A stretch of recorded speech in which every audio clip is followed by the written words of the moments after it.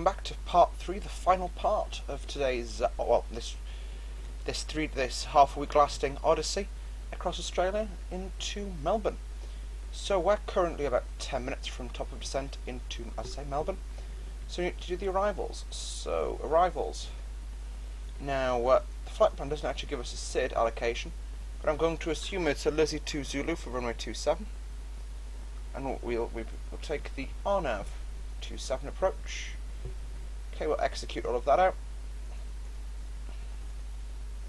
So we'll stick Lizzie on top of Lizzie and execute. I'm surprised it hasn't moved top of drop much. And we'll be flying as I say, the RNAV approach, which I haven't flown many of these before actually, but we'll have a look at it when we get down there. Also, anticipated landing weight is 57.4, so that gives us a VREF of 139 knots. We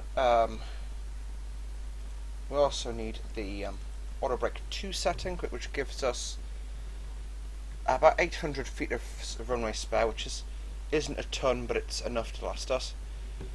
That's flaps 30 or aircon on, anti-ice off, manual landing, which it will be because it's RNAV, and auto brake position 2. Next pointer will be the decision height is 950 feet. Wow. So, it's actually 950 feet barometric. Let's get scrolling.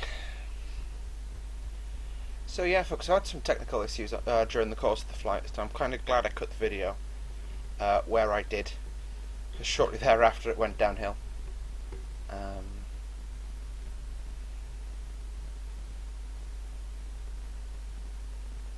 950 feet barometric.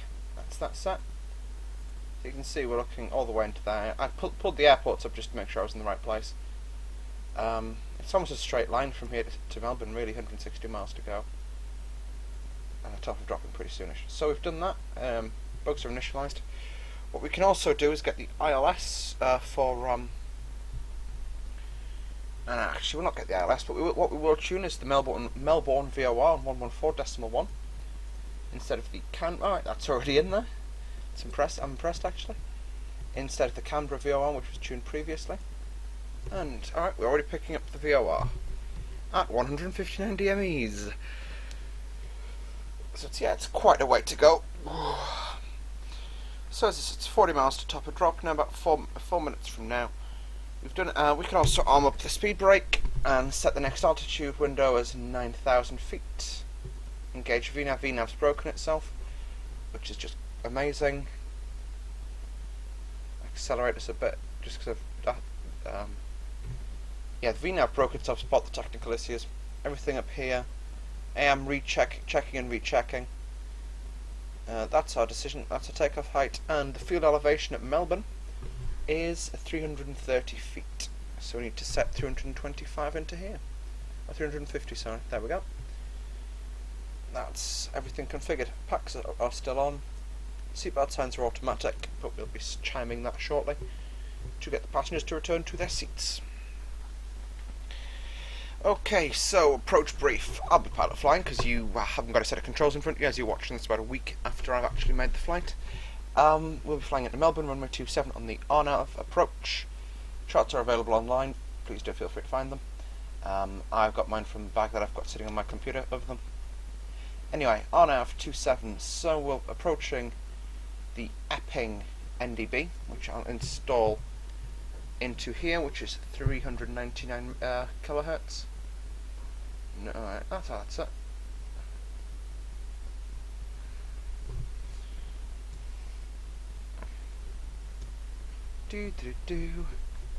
Hey, I was complaining about the scroll before. Shame the cell call doesn't work on this.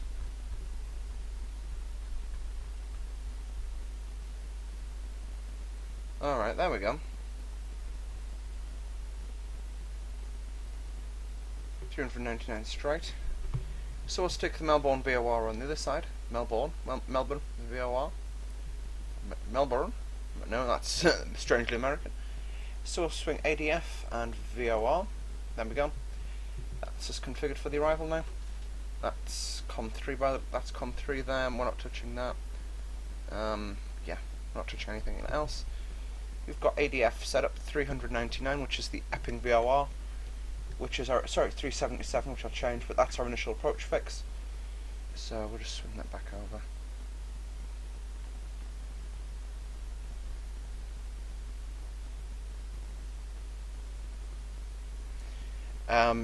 We'll be flying the NDB, sorry, at 2,500 feet. Actually, no, sorry, yeah, 2,500 because we're approaching from Lizzie. Then descending the 3-degree glide path to our decision point at 950 feet. At that stage, I will either call land or go. Land or go around. Disconnect the autopilot and fly us onto the runway. Simples. Okay, happy days. And VOR COM2 is going to change over. There we go. Looking good. Next altitude's bugged. What we can do is go into flight level change mode. Fletch. Just hold this airspeed. Yeah, we'll pretty much hold this airspeed because it will probably end up bringing us down a little bit sooner than expected. But actually what we can do is we can zoom out. This is about our descent speed. Actually, it's the aircraft still throttling back. But it's Mach 2 which we need to be level at. So we can afford to descend a little slower. Just to be level over Mach T at 9,000.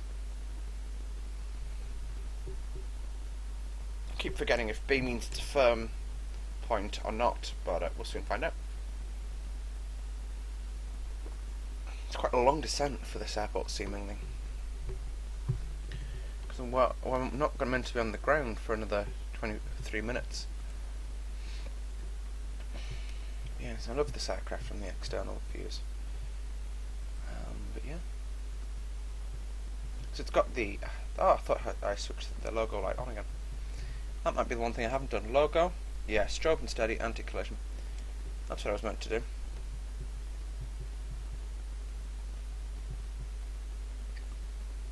I'd love to know why VNAV isn't working, because I've initialised everything. Or reinitialised everything, I should say. I have.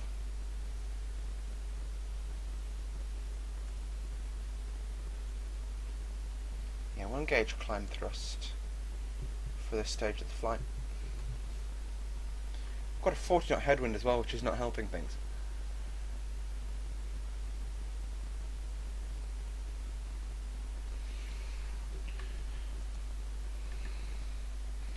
I would fly circling approach, but I really do not want to.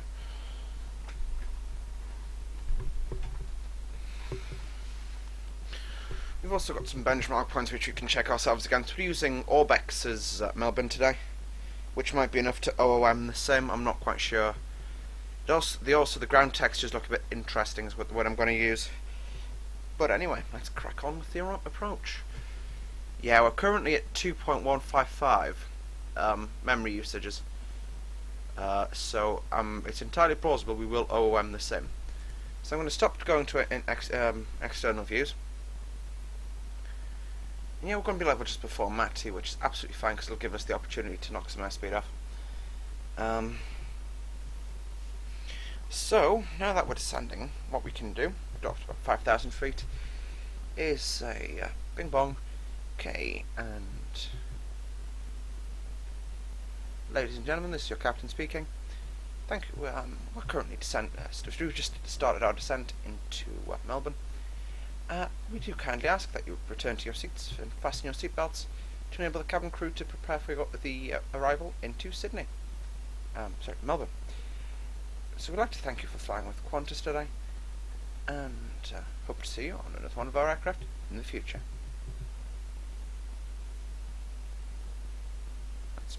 That's us done.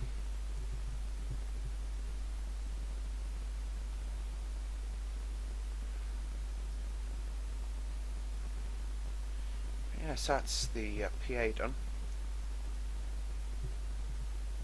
I said I wouldn't be doing external views. Damn it. But yeah, I did the top cut calculation beforehand just to work out if I could actually land on the runway at all. Runway 27, it's got a slight downhill slope to it actually. And we've got probably about a 5 knot approach speed increase on the final, so maximum speed we can land at 141 knots before we start having issues with rolling off the end of the runway. So, Professional Flight Plan Rex, that one's going to go.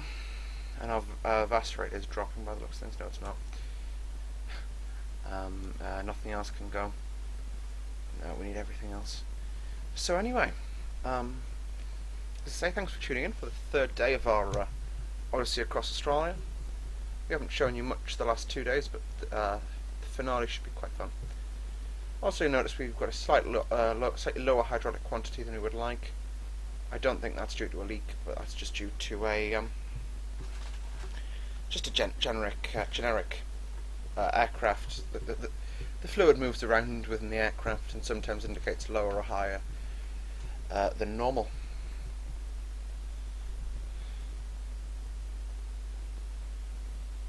Which what we can do, because I fancy a little bit of spice, is just set ourselves up with a failure. Which is going to be on the engine. We just have an oil leak. I failed the number 1 on myself last time, so I'll do number 2 this time. We'll arm it to activate in 5 minutes. And then get rid of that so we don't know when it's activating. We've just got to analyse what we can see from our perspective. That would cause there to be an oil leak. We actually got a low oil quantity on the left engine, which corresponds with the difference in oil temperatures. But it's also one thing I will discuss as well, just with the oil system, is that on this with all aircraft, if you have an oil leak and you know you've got an oil leak, it's safe to keep the engine running, because obviously it's leaking oil, not actually doing anything else. You could use the power, but what I do recommend is that you keep an eye on the oil temperature, and when it starts climbing very, very rapidly, that means there's very little oil left in the system and the engine's about to seize, because the pressure lowers so the temperature increases. Just a tip from somebody who listened to a flying instructor.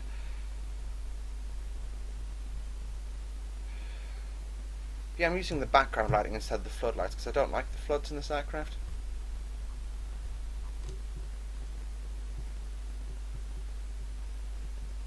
Still descending over Orbeck scenery, but not much going on outside. Lizzie's our next waypoint. She may as well take direct to Matty, because it's a straight line from here to there, so boomsk. 75 miles, and we'll actually accelerate the aircraft a bit. 265 knots for this. And Mark Davies just posted part 2 of his video. Not on this trip though, because he's not cool enough for me. No, we'll slow the aircraft off a bit actually. We'll give it 240 knots. Cabin crew, that's 10 minutes landing. Cabin crew, 10 minutes landing. Thank you. So you can see we've got the EPP VOR 11 miles after Matey? What? Matey? I'm going to call it Matey from now on anyway. Sorry if I'm calling it the wrong thing, folks, but I'm not an Aussie. I don't speak Aussie. I don't understand the names of all the waypoints around Melbourne. It's actually one of the first times I've ever flight simmed in Australia, so bear with me, folks.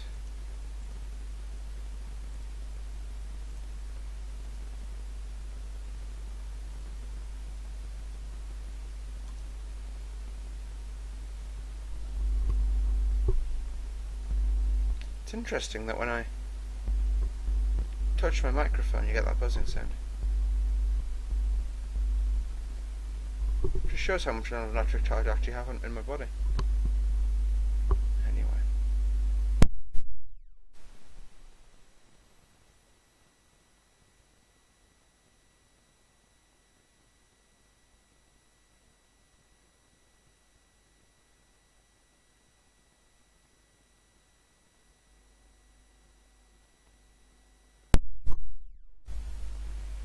Got a little way left to go,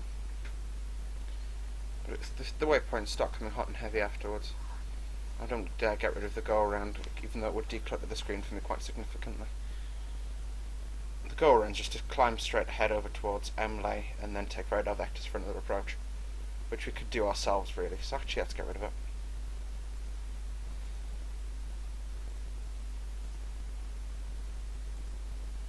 Okay, apparently it's an invalid delete. So yeah. Anyway, folks, current main complaint in life is my headset. It fits over one ear but not the other.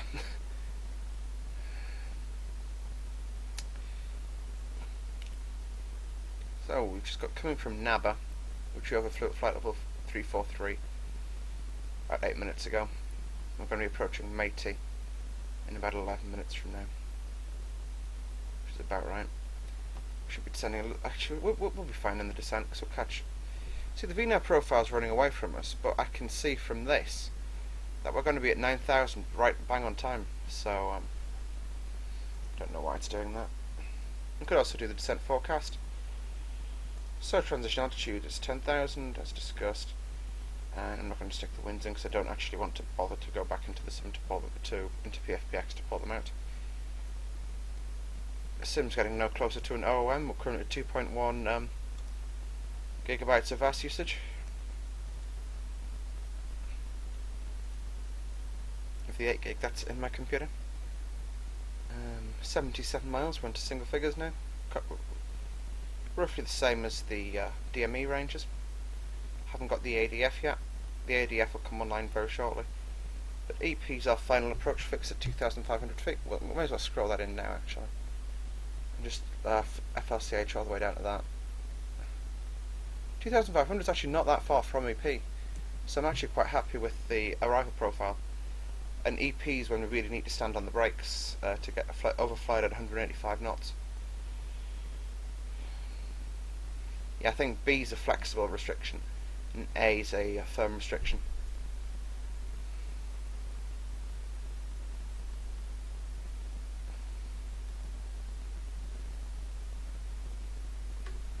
I'm actually going to quickly see if this aircraft has actually got the HGS system.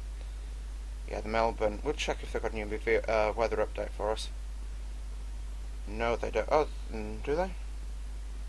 Now no change. Winds 300 west-northwest at 8 knots. So we probably could have taken runway 34 for landing, but I quite like 27 for some reason. Okay.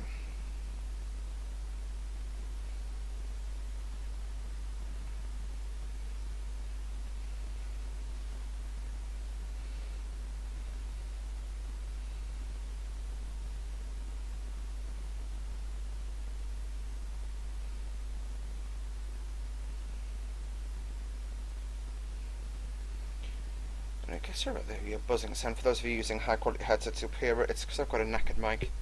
I actually bought a brand new headset today, but it's causing me some issues because it's an Xbox headset, which I didn't realise. And the guy in the shop said, "Yeah, Xbox headset, that'll be fine." When actually it isn't, because it's like a smaller version of a audio jack. And I'm struggling. I'm probably going to go shopping again tomorrow to try and find an adapter for it.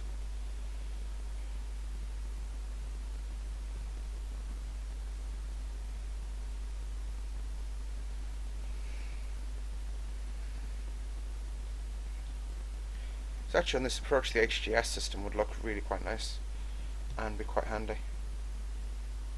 By the way, for those of you wondering, I'm doing the Googling from my phone.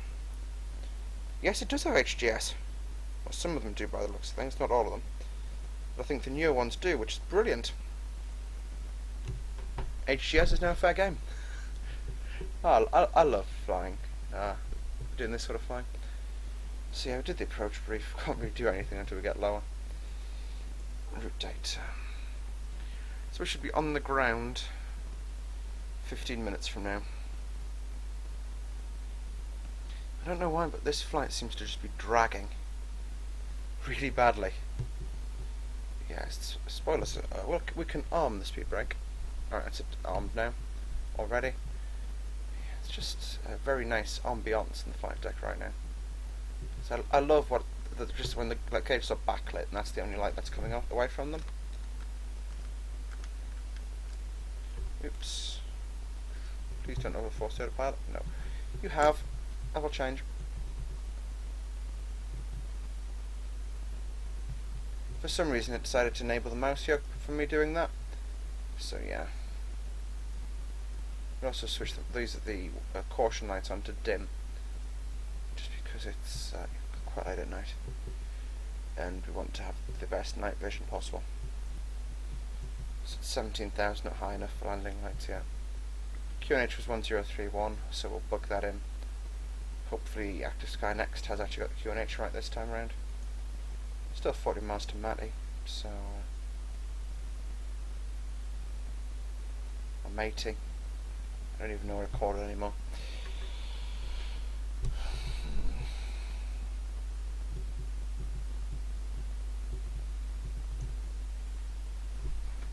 There we go, that's like about a nice point to be levelling off at. It does seem to change constantly where it wants to level off. Worst case scenario, if we get to EP and the aircraft still hasn't decided what it's doing. Actually, we need a hand fly from EP since VNAV doesn't work. So, yeah. It currently sucks. But yeah, as I say, we'll have to hand fly from the initial approach fix, so I will be getting the HGS system down then. We might as well configure it for the runway, actually. Oops. Sorry about the excess noise there, guys. So, it's primary navigation system, we're in VMC. Runway length is 7,500. And descent profile is 3 degrees. So when we flip the HGS down, that's already configured.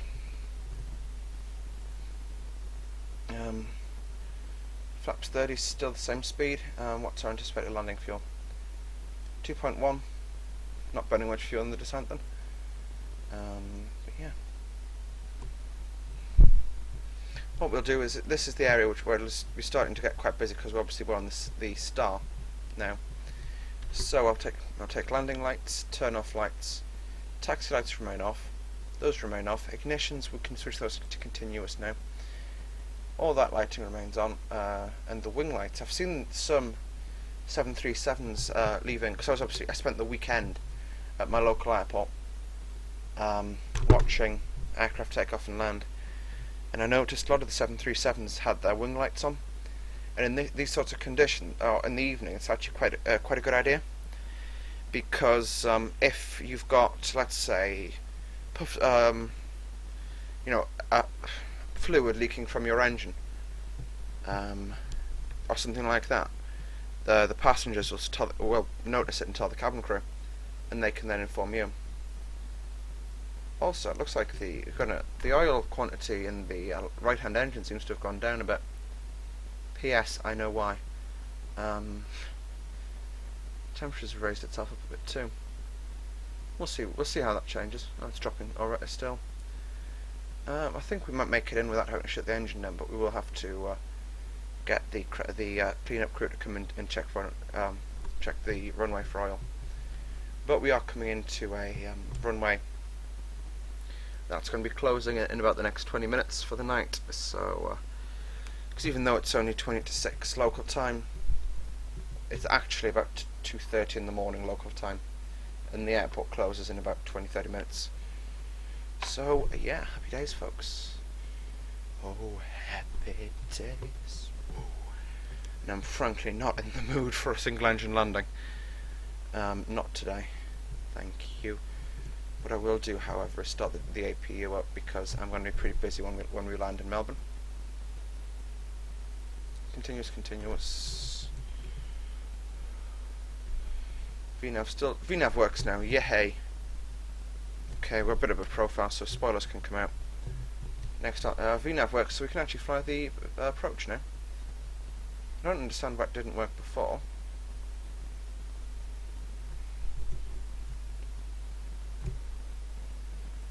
I'd love to understand the aircraft.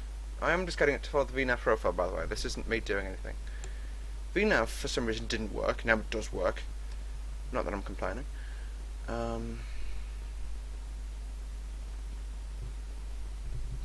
So yeah, we'll just turn the range down about to 40 miles.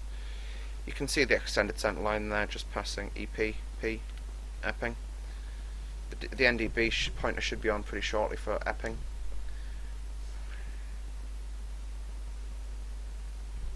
What we can also do is scroll the heading bug around. What we can do is come in and then kind of veer right. What's runway heading here? It's 270, I believe. I'll just confirm that. 263. So I'll set the heading select bug to 263 to give us a rough runway heading bug.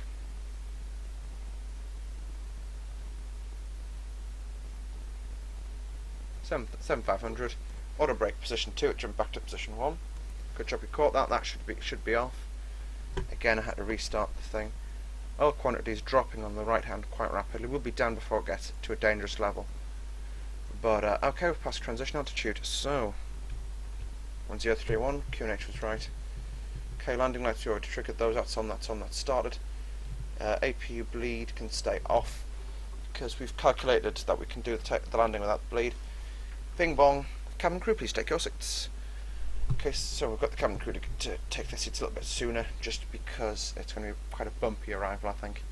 Just judging by the weather I got for Melbourne.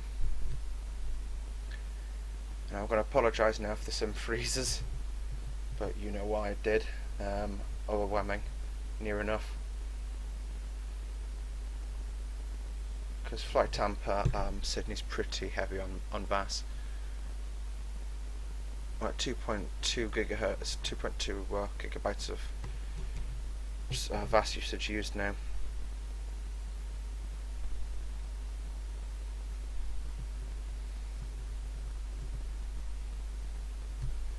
Okay, descent checks, pressurization, landing altitude, I've checked that, recourse checked, auto brakes 2, landing data, VRF 139, mins, minimums are 950 feet barometric, approach briefing has been completed. Approach checks, altimeter 1031, sorry. Engine start switches, continuous, already done that. Speed brake will be arming gear. Yeah, we'll do the rest when we get lower. So 2500, yep, we've got the NDB pointer for the Epping VOR now.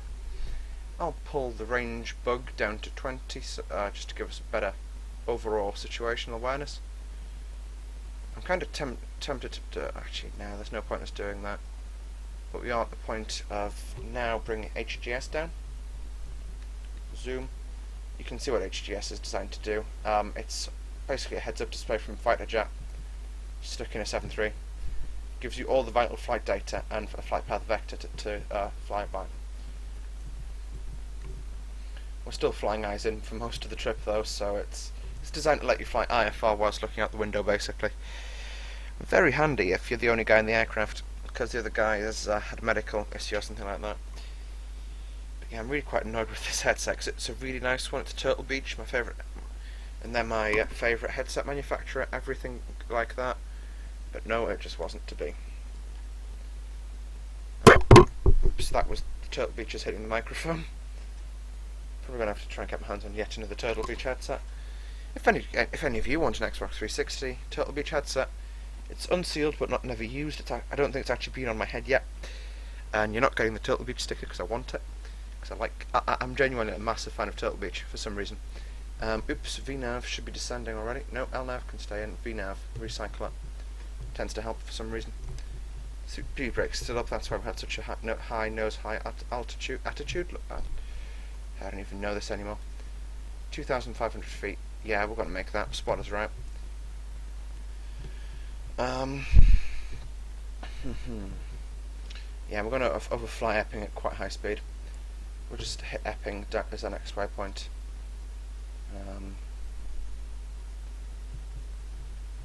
The wind's obviously changing a bit too, so, well, it's changing. Drag required after Epping, yeah, we're pretty conscious of that. Just, as I say, what we can do is just, at Epping, just do a speed intervention, select VREF, and just let the aircraft drop down to VREF speed with air brake out whilst on the VNav section. And then in the visual section it should be trimmed out perfectly for me to take over. So,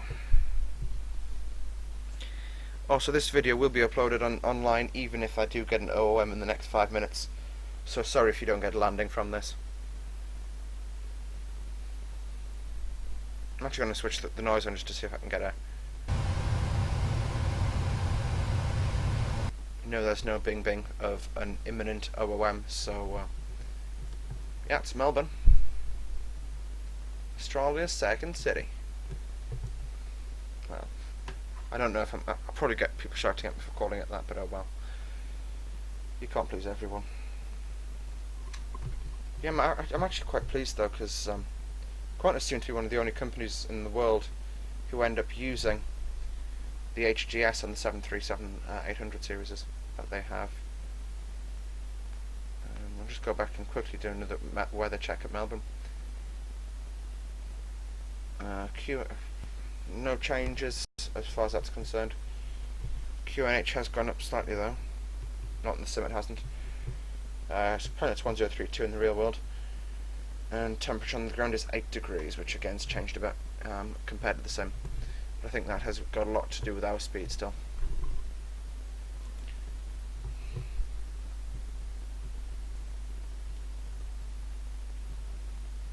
Yeah, we'll certainly get the jitters because it's trying to load Melbourne itself in right now. I'd love to know why that just went yellow. So yeah, speed intervention, 301 knots. First lump of flap, we'll just stick that out into the airflow. I think if we can go flaps 5, it'll not impact. Right, pause. Why am I getting these blurs? They seem to be originating from my aircraft. Help? Is my graphics card on fire, or what? So folks, I think, as you can see, it's pretty unflyable with these blurries, except for a few angles which it doesn't seem to load blurries from. So folks, thanks for watching. Sorry, but can we continue in this attitude? I will attempt a landing if it's possible. Yeah, it is. Alright. That seemed to be a momentary glitch in my graphics card going, oh my god! I'm overloaded. Kind of thing. Yeah. 2,500 will be achieved by epping no matter what. And then I will bug missed approach altitude now of 1,000.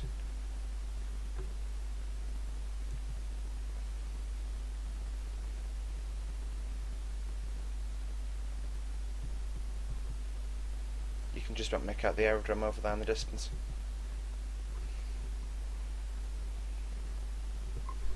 Twelve miles to go. About right now, actually, for just about everything.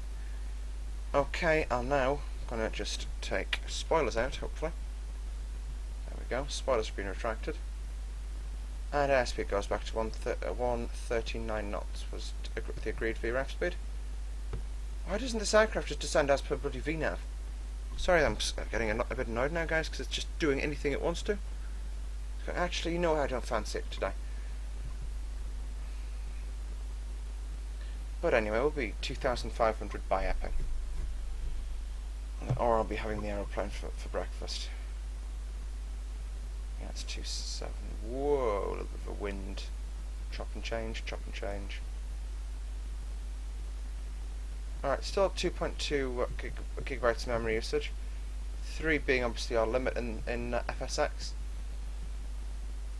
So, flaps 15. Speed brakes come back in. They then get armed. Right, we're still apparently above profile. I don't even understand this anymore. I'm going to remove all the altitude restrictions between here and the runway. And then hopefully get the aircraft to fly 3-degree approach path. Worst case scenario, I take over. Okay, we now should be at flaps 30. Yep, it does seem to be the flaps 30 and gear. Okay, sets is configured for the landing now. Lights, lights, lights, cleared. That's on, that's on, that's on. They can stay on. How's the engine currently doing? It's not dropping that far. We're still at 76%. When it gets to about 50, I'd end up cutting the fuel, so not doing too badly.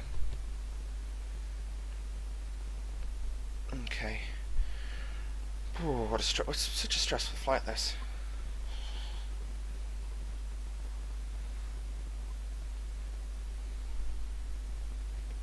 So anyway, folks, if we don't get, as I say, if it OMs in the next 2 minutes, thanks for watching, and we'll see you all in the next chapter. As I say, I can't tell when it's going to OM, so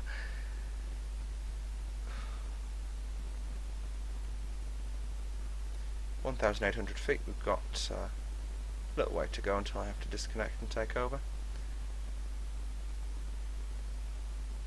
30 armed down. Brilliant.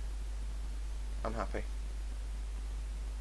We've got no auto-gen whatsoever, but that seems to be a recurring issue in my flights. I'm sorry, there's nothing I don't know what I could do about to sort it out.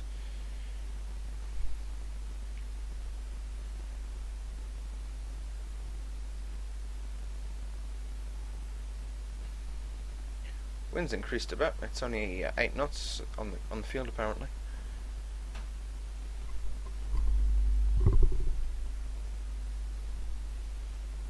Four-mile final. We've been cleared. Outer marker, that's there.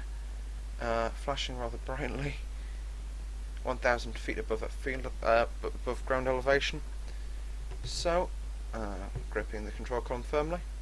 Actually, we'll do it at passing. Alright, here comes the auto-gen. Apologies for the FPS drop, folks. Okay. Actually, I want to disconnect so I can I can do this, but no, I haven't got the guts to. Okay, so we're approaching MDA now. So autopilot disconnect. No, that's just far too loud in my ears. I'll take the headset off and I will switch the audio on for you all. But it is very, very loud. So I hope you can still hear me.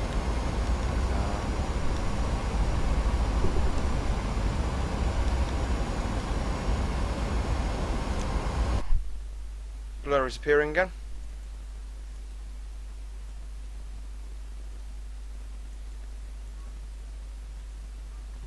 I would love to know what's causing them. Seemingly significantly worse this time also too. Okay, we'll continue the approach. See what happens.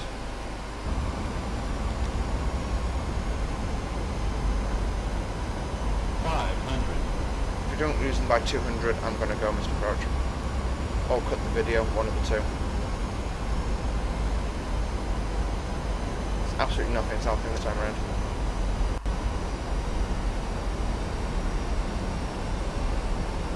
Middle marker.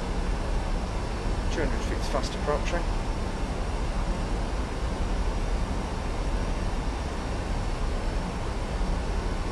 Nah, we've lost it. So folks, I'm really sorry about that. I've got absolutely no idea what happened, but I'm only getting occasional glimpses of my aircraft, never mind anything else.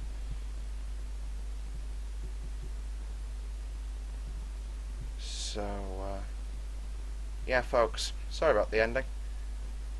Thanks for watching. I'll see you all in the next chapter. Oh, is that helping, or? No, that was just my cockpit loading back in. No, nothing seems to be helping at all now. So anyway folks, sorry about that. Thanks for watching. I'll see you all in the next chapter. Bye bye.